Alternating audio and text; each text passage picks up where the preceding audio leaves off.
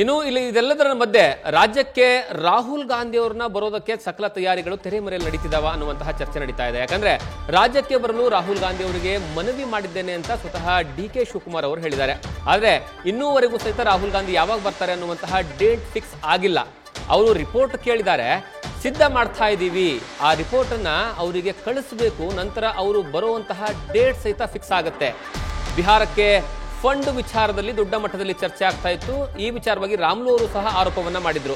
ಬಿಹಾರಕ್ಕೆ fund ಕೊಟ್ಟಂತಹ ಬಗ್ಗೆ ರಾಮುಲು ಆರೋಪಕ್ಕೆ ರಾಮುಲುನೇ ಫಂಡ್ ಕೊಟ್ಟಿದ್ದಾರೆ ಅಂತ ಡಿ.ಸಿ.ಎಂ ಡಿ.ಕೆ. ಶಿವಕುಮಾರ್ ಹೇಳಿಕೆಯನ್ನ ಕೊಟ್ಟಿದ್ದಾರೆ.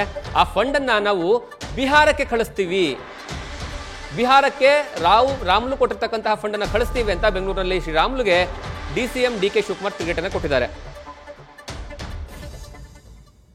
20 ಡೇಟ್ ಇಲ್ಲ, ರಿಕ್ವೆಸ್ಟ್ ಮಾಡಿದ್ದೀನಿ.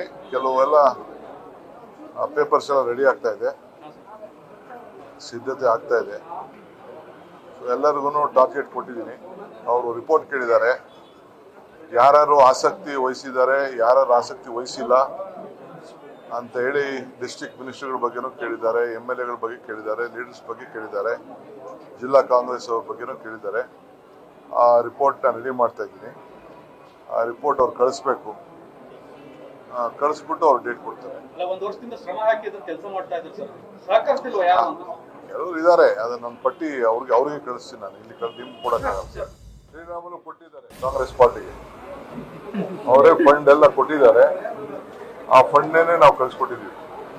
ಶ್ರೀರಾಮುಲು ಕೊಟ್ಟಿದ್ದಾರೆ ಕಾಂಗ್ರೆಸ್ ಪಾರ್ಟಿಗೆ, ಅವರೇ ಫಂಡ್ ಎಲ್ಲ ಕೊಟ್ಟಿದ್ದಾರೆ. ಆ ಫಂಡ್ನೇ ನಾವು ಕಳಿಸ್ಕೊಟ್ಟಿದ್ದೀವಿ. ಶ್ರೀರಾಮುಲು ಕೊಟ್ಟಿದ್ದಾರೆ. ನ್ಯೂಸ್ ಫಸ್ಟ್, ನಿರ್ಭೀತಿಯಿಂದ ನಿಮ್ಮ ಪರವಾಗಿ.